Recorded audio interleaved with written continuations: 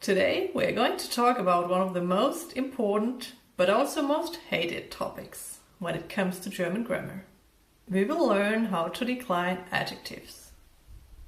That means how to change the ending according to different factors, which is unfortunately something we have to do all the time in a German sentence. I promise you at the end of this video you will understand the concept and using it will improve your German dramatically.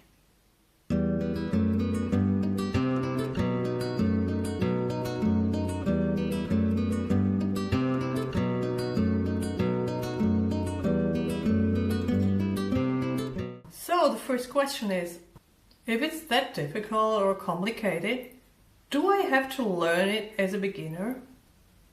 Yes, you should, absolutely. You definitely need to understand the basic concept right from the beginning.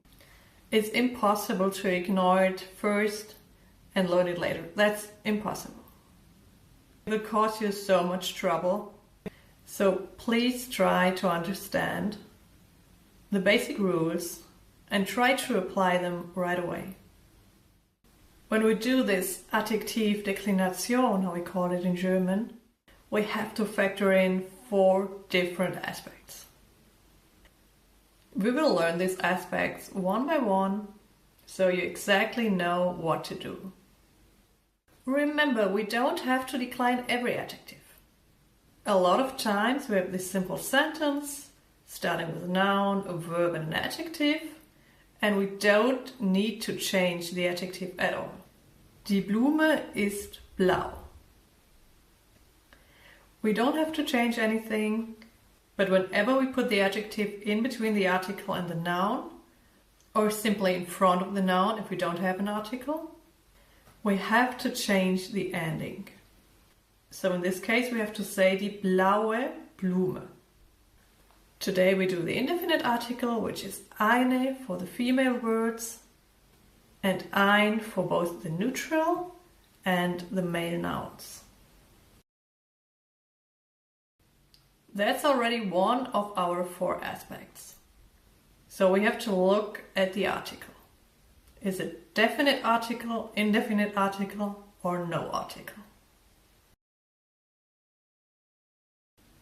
The second aspect we have to pay attention to is the gender of the noun. Eine Katze. So in this case, eine Katze means it's a female article. The next thing we have to look at is the number. Is it 1 cat? Or do we talk about several cats? In this case, it's 1 cat. We have already 3 of our 4 aspects identified. But unfortunately the 4th one is the hardest. We have to factor in the case. You remember we have 4 cases in the German language: nominative, accusative, dative and genitive. We'll learn it in this order and you can forget about the genitive for now. But we need to distinguish the nominative, accusative and dative case.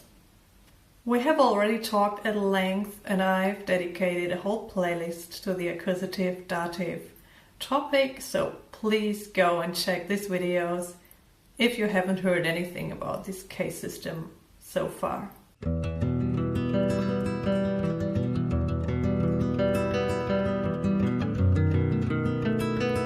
So now we know we have to pay attention to the article, the gender, the case and the number.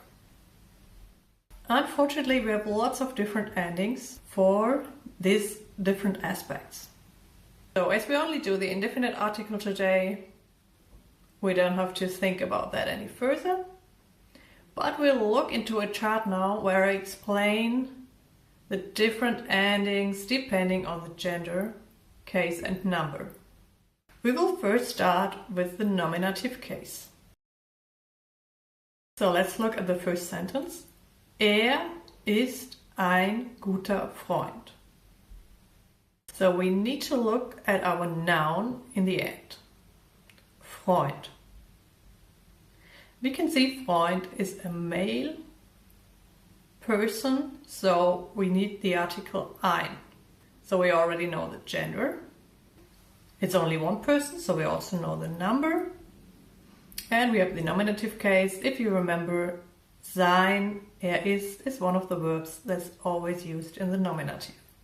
Now you see we have to change the ending. Gut is our adjective. And we have to add er. By the way, the same thing happens if we use the negative article. Ist kein guter Freund. Both sentences are very important and common. Now let's move on to the neutral article. Das ist ein gutes Haus. Here we have to add es. And we have the negative article as well. Das ist kein gutes Haus. Now the female version. Das ist eine gute Freundin. Here we only have to add an e. And negative article, das ist keine gute Freundin. So now we have covered all three articles, but we still need to talk about the plural. Das sind nette Hunde. Das sind keine netten Hunde. So we don't use a plural version of this indefinite article. It only exists in the singular or in the negative form. Now we'll look at accusative sentences. Hat einen guten Freund. Or hat keinen guten Freund. So in the accusative case we have to add en for the male article.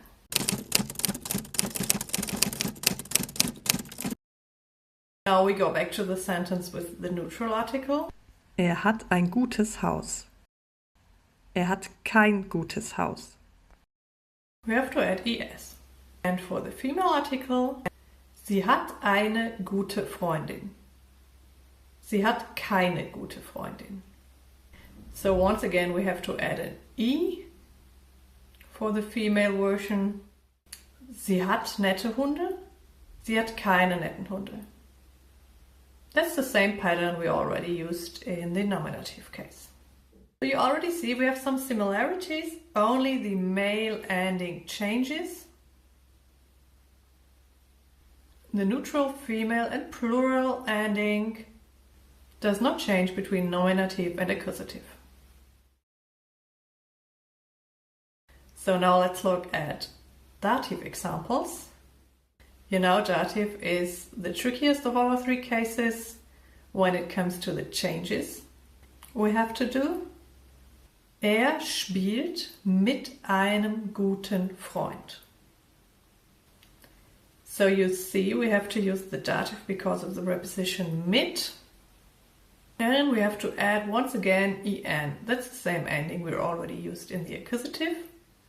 It's a bit confusing because I look at the accusative, einen guten Freund, but in the dative sentence we have a different ending for the article, einem, but en for the adjective.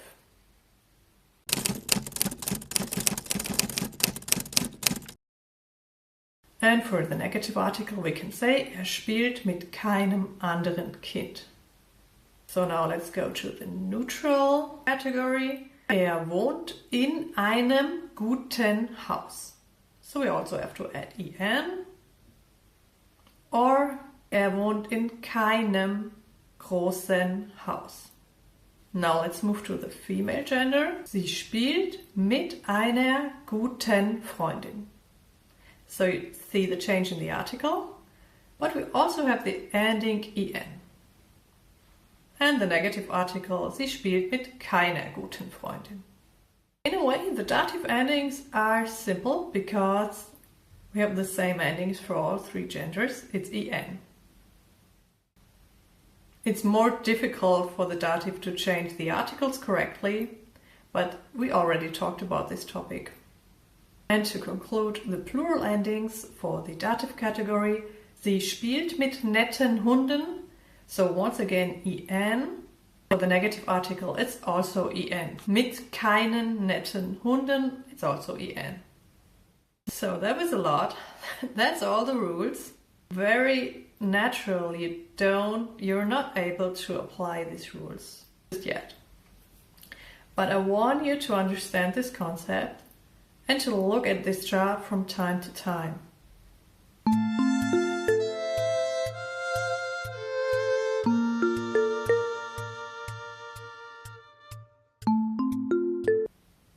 Or if you read a sentence, try to remember what are these 4 categories.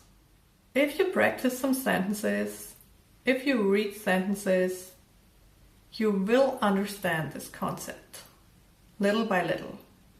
And later you won't need this chart anymore. But one thing you always need to know.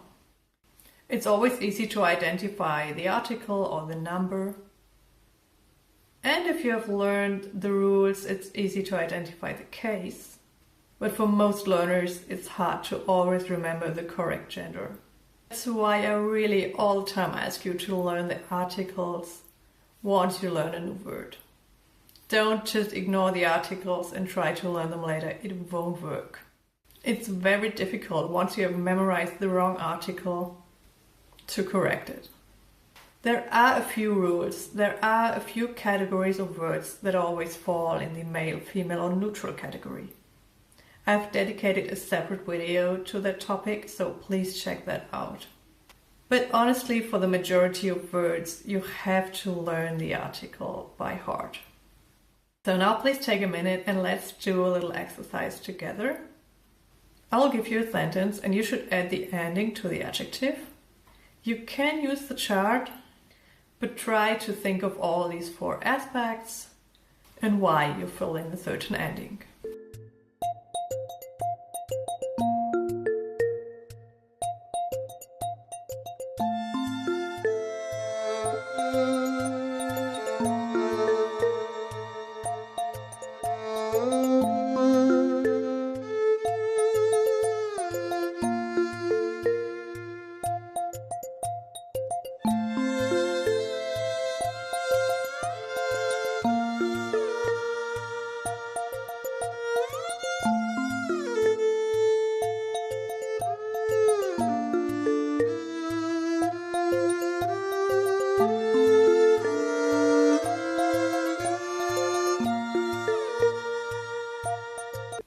Thank you so much for watching.